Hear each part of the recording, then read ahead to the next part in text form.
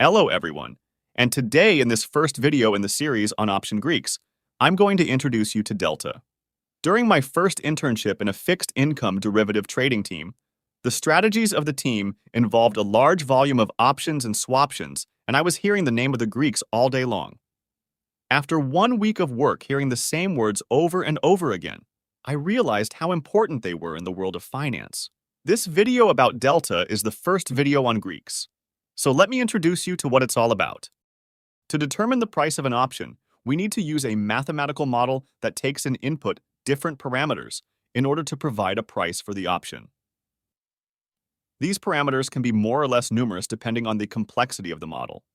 For example, the Black-Scholes model need 5 parameters to option price: the risk-free rate of the market, the maturity and the strike price of the option, the volatility of the market, and the spot price of the underlying asset.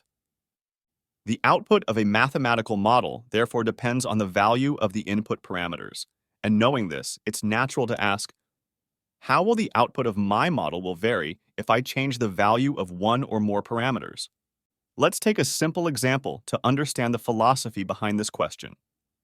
Imagine that you have a mathematical model that provides the area of a rectangle by taking an input, its length and the width. The model considered in this example is simply the product between the two inputs, the length and the width. To determine how this area varies as a function of its parameters, we try to answer the question, how much will the area vary if I change the length or the width? To determine how sensitive the area is to the length, we simply vary the length by a small amount, which we call dl, and we see that the area increases by dl times the initial width. This study of variation should remind you the concept of derivative, and that's exactly what we are going to use. Using derivative notation, the variation of the area of the rectangle with respect to the length is equal to the width of the rectangle. Using similar reasoning, the variation of the area of the rectangle with respect to the width is the length of the rectangle. In the language of the world of quantitative finance, by abuse of language, these quantities could have been called Greeks. So, going back to options, the Greeks simply correspond to the variation of the price of the option with the respect to its parameters, which correspond to the derivatives of the option price obtained by the model with respect to the model's parameters. Please note that the Greeks do not refer only to the Black-Scholes model. If you use another pricing model, we can express the Greeks of that model too. The Greeks are simply the derivatives of the model with respect to these variables. Now that these concepts are clear for you, let's focus on our topic of the day, Delta. As a reminder, options are a type of financial asset known as a derivative. This means that an option has an underlying asset, and its price depends directly from its underlying asset. The term derivative comes from the fact that the product is obtained via another market product. Other examples of derivatives are swaps, futures, and swaptions. Derivatives are a major part of today's financial world, and mastering them is a must if you ever want to work in market finance, or even if you have investment ambitions. One thing you need to demystify right away is that despite its scary Greek name, delta is simply the derivative of a function. You have to keep in mind that even if the jargon surrounding options can sometimes be complicated, delta and the other Greeks only are derivatives of a function, which, in the case of a call or put, is a pretty easy function. Since derivatives are created from another asset, it is interesting to understand what is the impact of this asset on the price of the product. In the case of options, delta describes this dynamic between the two assets. In another term, delta makes it possible to quantify how much the option price will vary for a variation in the price of the underlying asset. Let's start with the example of a long call with a maturity of 1 week and a strike price of $100. In this case, we can plot the payoff of this call as a function of the price of the underlying. Remember, a call European option gives you the right, but not the obligation at the maturity of the contract to buy the underlying at the strike price written in the contract. The higher the price is at maturity, the more money you earn, because you'll have the right to buy the asset at a lower price than the spot price. This form of payoff is obtained using the formula shown. If the price of the underlying is less than strike price 100, then nothing is gained. On the other hand, as soon as the price exceeds $100, you earn the difference between the spot price and 100. For example, if at maturity, the price of the underlying is 120, then you earn $20. What about the delta for this call option? Well, as stated above, delta represents the variation of the option price to the respect to the price of the underlying asset. Using the formula, we see that before $100, the option is worth nothing, but if $100 is reached, you earn every additional dollar. But be careful, if the price falls below $100, the option value goes back to zero. The variation of the option value to the respect to the underlying price is therefore 0 before the strike price and 1 after. We also could have got this result by the derivative of the payoff to the respect to the underlying price. Before the strike price of 100, the curve is flat, so we have a slope of 0, which means that delta equals 0 before the strike price. After the strike price, the slope increases with a value of 1, which is the value of delta after the strike price. In conclusion, we obtain the same. This seems logical enough. As long as the option doesn't make any money for the buyer, it's worthless. But as soon as it does make money, its price rises as much as the increase of the underlying price. Of course, when I explain this, some of you must be puzzled. You can imagine that the price of a totally out-the-money option where the underlying asset is worth 10 is not the same as an option where the underlying asset is worth 99, on the verge of being in the money. Well, you're right to say that, because in the market, the real observed price of an option is not equal to its payoff. The price of an option is equal to the sum of the payoff I've just presented and a value known as the option's time value. This time value represents the component of the price that is not explained by the payoff.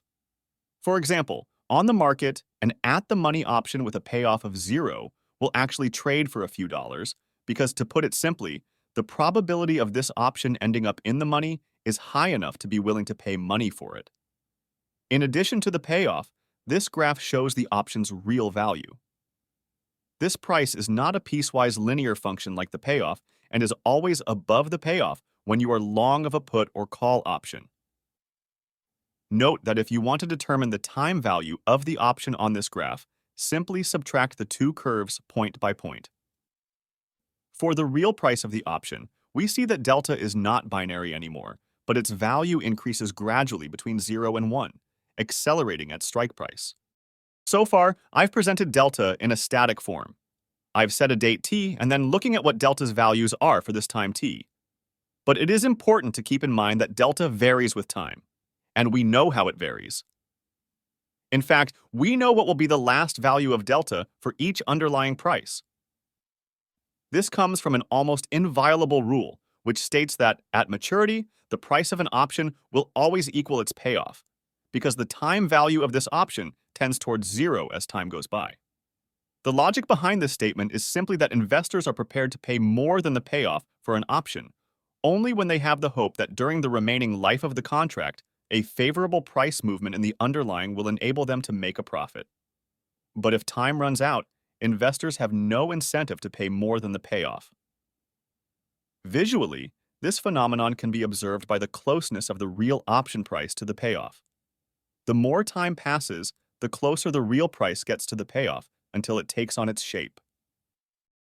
The consequence of this rule for delta is that the closer you get to maturity, the more delta will resemble a binary function worth 0 when the underlying price is below the strike price, and 1 if it's above, because the slope of the payoff is whether 0 or 1, depending of the underlying price value. A term we often hear related to delta is delta hedging. Delta hedging is a fundamental concept in quantitative finance because, first of all, it's the strategy that gave life to the Black-Scholes formula. But above all, it's a strategy used consistently by traders and portfolio managers. Let's understand why we want to delta hedge. When you have positions in options, you are directly exposed to the variation of the equity market due to the underlying asset. If you think that the market will move against your P&L, you decide to protect your position thanks to a delta hedging. Let's take the example of a trader with positions in call options. Consider the following scenario. In the world of equities, Quarterly financial statements are extremely important documents. They tell us how a company has performed over the last quarter and help us to understand the company's dynamic. Sometimes, after the announcement of less good or better than expected results, there is a high degree of volatility on the markets, with the price either falling sharply in the case of bad results or rising sharply in the case of good results. Before the publication of Netflix's quarterly results, a trader realizes that he still has positions on call options on the Netflix stock. However, in the last few days, he heard a rumor that Netflix is about to announce bad results and starts to worry about his options, which are already in the money. If the rumor is true, he knows that it's highly likely that Netflix's share price will fall, which would cause him to lose a lot of P&L. He therefore wants to lock in his gains before the results are published, without closing his positions. The technique he's going to use in our scenario is delta hedging. In fact, you have other parameters to take into account, but for the sake of clarity, we'll only consider the delta here. Assuming the rumor is true, if the share price falls, he wants to find a way to offset the loss via another asset.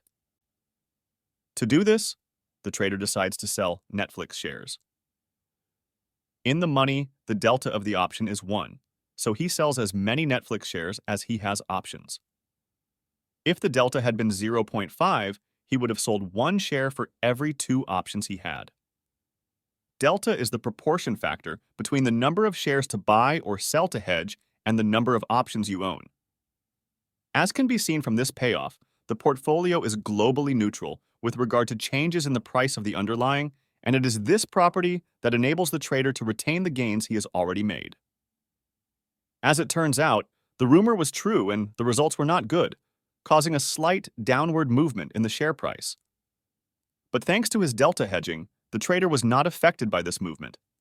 Now you know how delta works, but I would like to emphasize on the fact that delta hedging works only if the price movement is small, as shown by Taylor's decomposition for the price of an option. If the movement is too strong, higher order factors such as gamma come into play. If you feel that the movement will have a strong amplitude, you need to gamma hedge your position.